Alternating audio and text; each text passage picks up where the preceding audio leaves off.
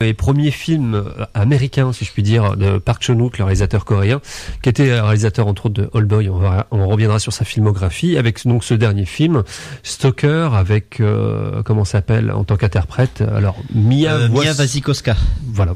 Et je te laisse dire les autres. Wasikowska, je crois que c'était Wasikowski, moi. Non, c'est Wasikowskaya, je sais plus. Il y a Wasikowska.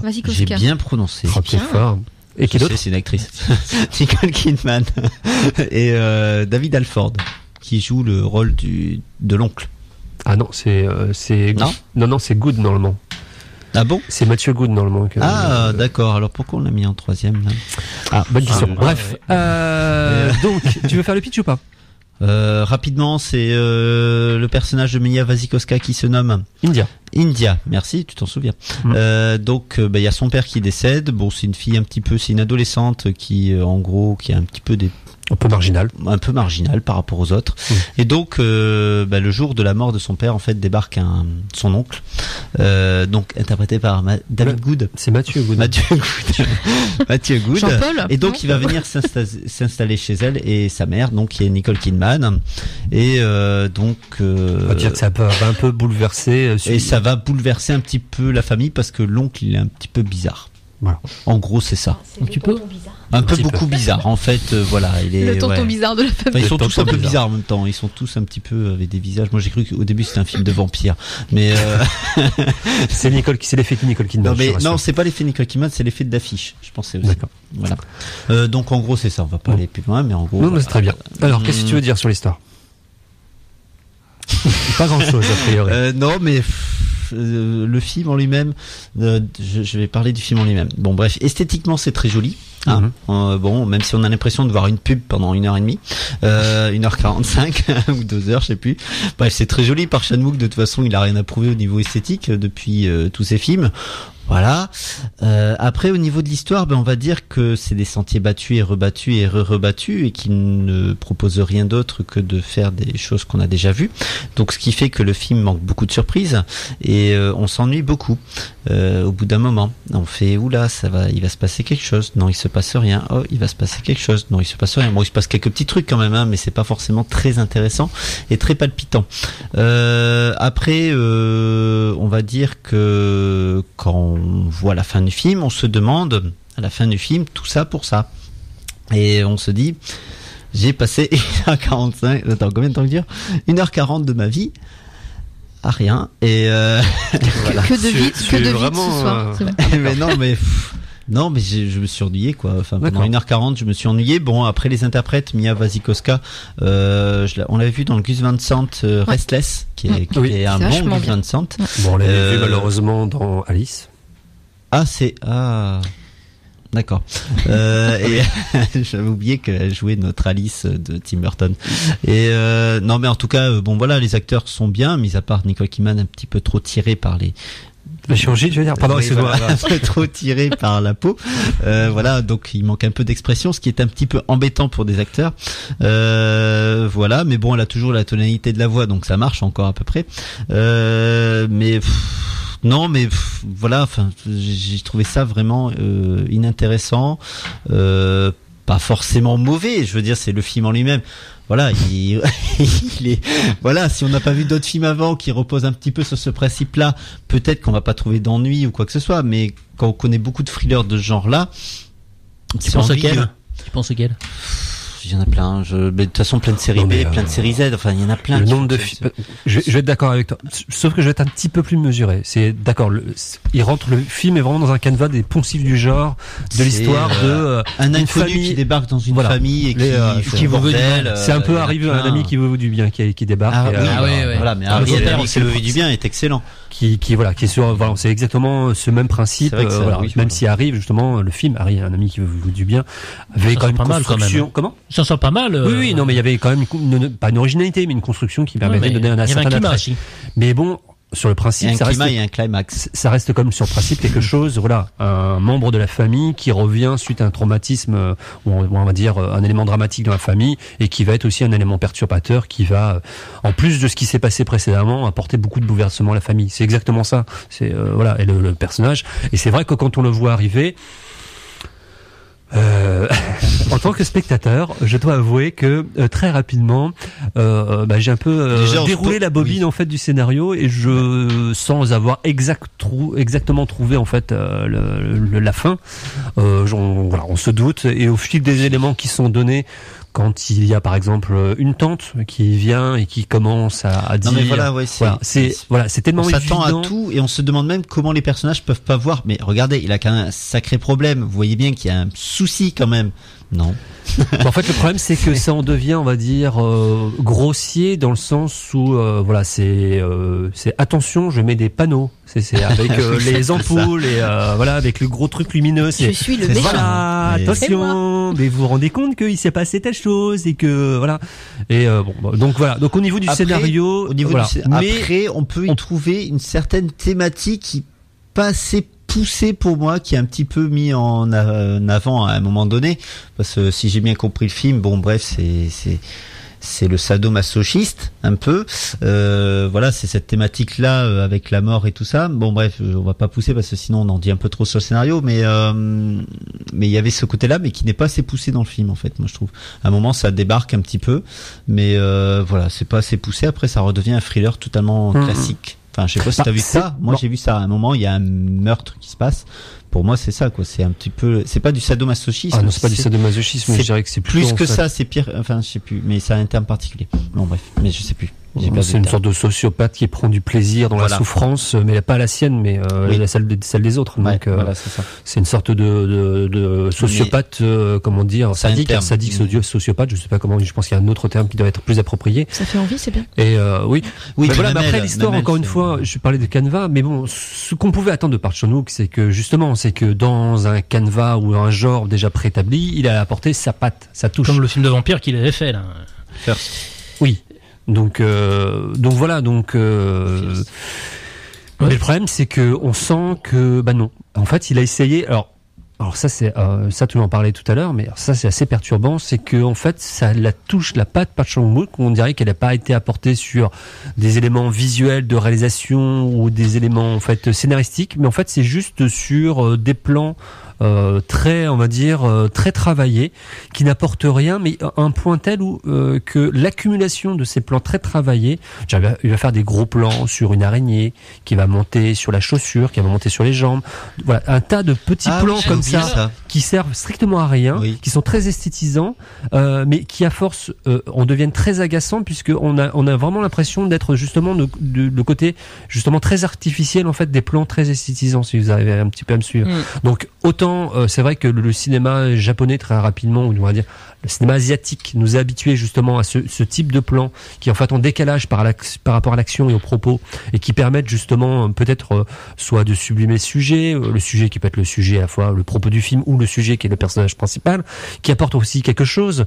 Mais là le problème c'est que c'est tellement présent, parce que ça en devient assez agaçant et étouffant, que ça en devient presque, on va dire, pas burlesque, mais on devient presque comique. En gros, ça dessert totalement le propos, et même le côté même de très bien fait, parce que ne serait-ce que cette apparition d'araignée, on se doute évidemment, parce que ça, une araignée, ça se dresse pas, ça se dompte pas. En fait, c'est une araignée qui fait en image de synthèse, donc on peut se dire qu'il y a des moyens derrière. Voilà.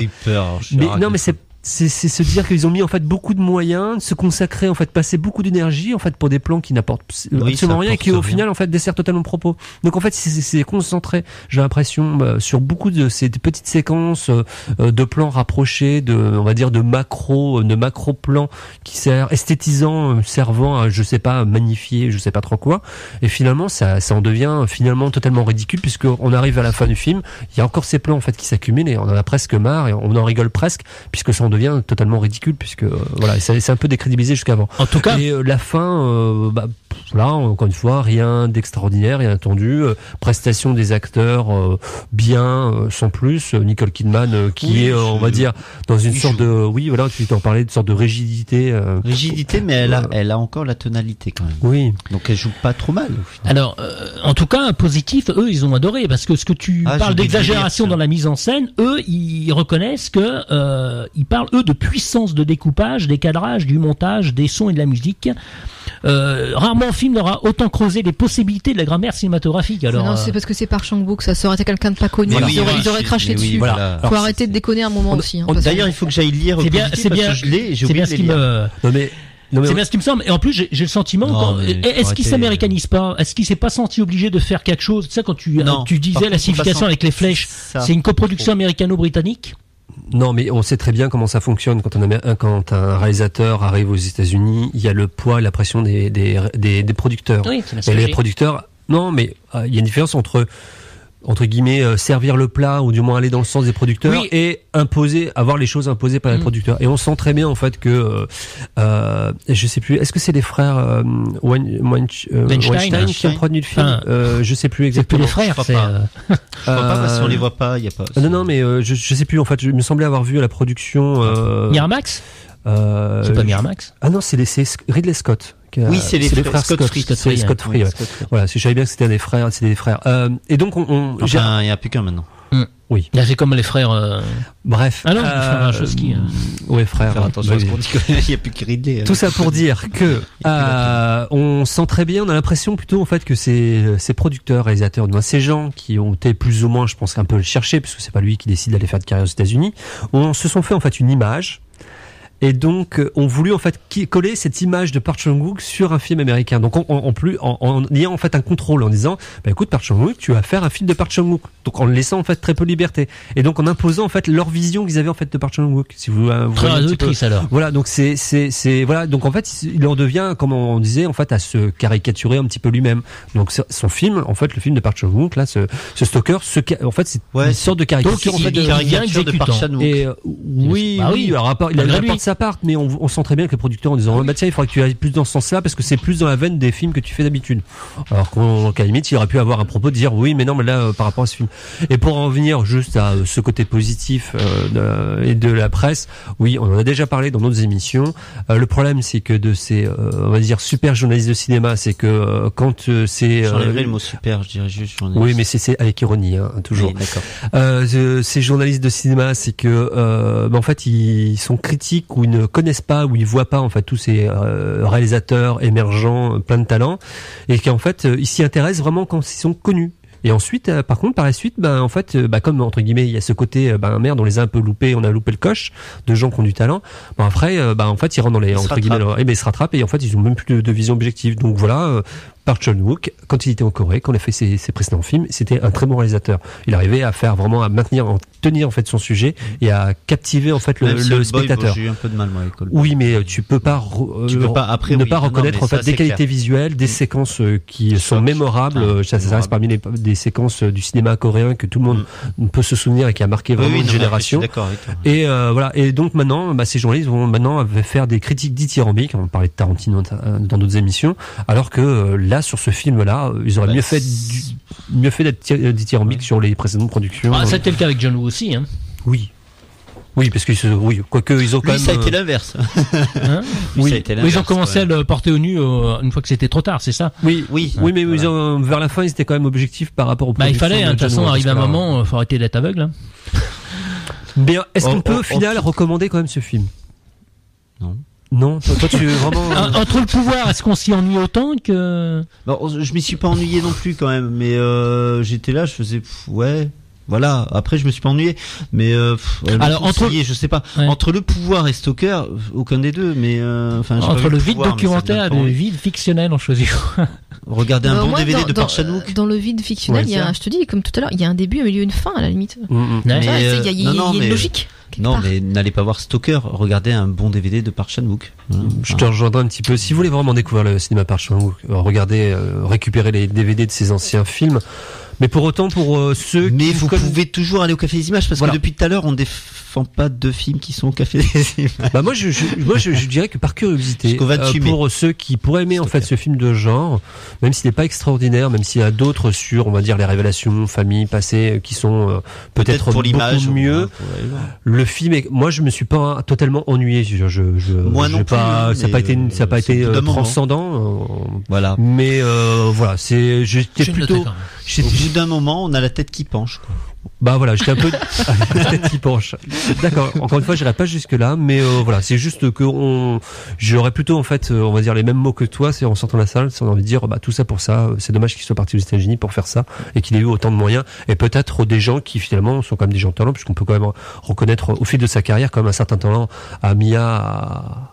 Ouais, moi, parce que voilà, merci. Nicole Kidman, bon, même si ces derniers temps, elle a déjà fait ses preuves. Voilà, la poupée de cire un peu figée, bon, ça reste quand même une grande actrice.